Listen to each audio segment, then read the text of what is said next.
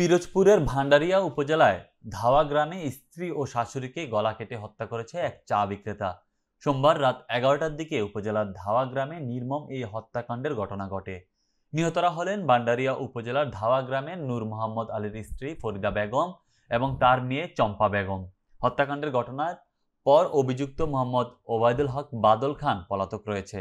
তবে কী কারণে হত্যাকাণ্ডের ঘটনা ঘটেছে এ বিষয়ে কিছুই বলতে পারেননি নিহতের স্বজন কিংবা স্থানীয়রা জানায়, অভিযুক্ত মোহাম্মদ ওবায়দুল হক বাদল খান এর আগে 3বার বিয়ে করেছিল। সর্বশেষ গত 16 এপ্রিল 2025 প্রতিবেশী চাচাতো বোন চম্পাকে বিয়ে করে সে। এরপর থেকেই সে স্ত্রী চম্পা, শাশুড়ি এবং প্রথম স্ত্রীর ছেলে ইয়াসিনকে নিয়ে একটি ফাঁকা বাড়িতে বসবাস করত। সোমবার রাত 11টার দিকে ইয়াসিন এক প্রতিবেশীকে জানায় যে তার বাবা সৎ মা চম্পা এবং চম্পার মাকে হত্যা করেছে। এরপর সে সেখান থেকে পালিয়ে যায়। পরবর্তীতে চম্পার মামাতো বোন এবং প্রতিবেশী নাসিমা বেগমের ঘরের মধ্যে গিয়ে দুজনকে মৃত অবস্থায় দেখতে পায়।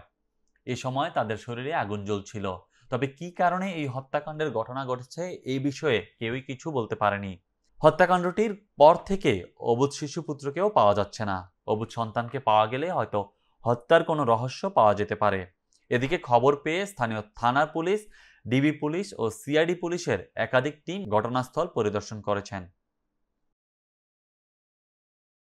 প্যারিস বাংলা প্রেস ক্লাব ফ্রান্সের সম্মাননা ও সম্প্রীতির আলোক সন্ধ্যা অনুষ্ঠান অনুষ্ঠিত হয়েছে। রোববার বিকেলে প্যারিসের গার দু নর্দের একটি রেস্তোরাঁয় সংগঠনের সভাপতি ও আইএনটিভি ইউকের ফ্রান্স প্রতিনিধি এনায়েত হোসেন সোহেলের বাংলা কাগজ অ্যাওয়ার্ড সম্মাননা প্রাপ্তি সাধারণ সম্পাদক রাসেল আহমেদের বাংলাদেশ যাত্রা এবং ক্লাবের যুগ্ম সাধারণ সম্পাদক আবু তাহের রাজু ও দপ্তর সম্পাদক মোহাম্মদ ফখরুজ্জামান ফ্রান্সে স্থায়ীভাবে বসবাসের অনুমতি লাভ ও বিশ্ব মুক্ত গণমাধ্যম দিবস উপলক্ষে এই সম্মাননা ও সম্প্রীতির আলোক সন্ধ্যা অনুষ্ঠিত হয়।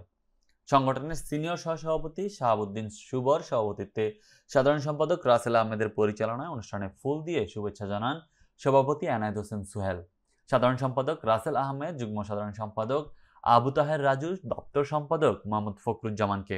অনুষ্ঠানের শুরুতে ক্লাবের বিভিন্ন দিক তুলে ধরে শুভেচ্ছা বক্তব্য রাখেন সম্মানিত সদস্য সাবুল আহমেদ। আয়োজিত অনুষ্ঠানে আলোচনায় অংশগ্রহণ করেন সহসভাপতি শিব্বির আহমেদ, সাংগঠনিক সম্পাদক আশিক আহমেদ, শিক্ষা গবেষণা ও আন্তর্জাতিক বিষয়ক সম্পাদক রাকিবুল ইসলাম, তথ্য ও প্রযুক্তি বিষয়ক সম্পাদক ইকবাল হোসেন মারুফ প্রমুখ। কাতারে মুমতাজ কার ওয়াশ অ্যান্ড পলিশের শুভ উদ্বোধন করেছেন। কাতারের রাজধানী দোহার মুমতাজ ডানা এক্সপ্রেসের বিপরীতে বাংলাদেশি শতভাগ মালিকানাধীন মুমতাজ কার ওয়াশ অ্যান্ড পলিশের শুভ উদ্বোধন হলো। সহকর্মী মোশাররফ হোসেন জনি জানান, কাতারস্থ ব্রাহ্মণবাড়িয়া জেলা সমিতির সদস্য সচিব ও উদ্যোক্তা সোলাইমান খান ও কমিউনিটির নেতৃত্বকে সাথে নিয়ে ফিতা কেটে কার ওয়াশের উদ্বোধন করেন কাতারে বাংলাদেশের রাষ্ট্রদূত মোহাম্মদ নজরুল ইসলাম। বিশেষ অতিথি ছিলেন প্রতিষ্ঠানের স্পন্সর নাজি আবদুল্লাহ আল তামিমি।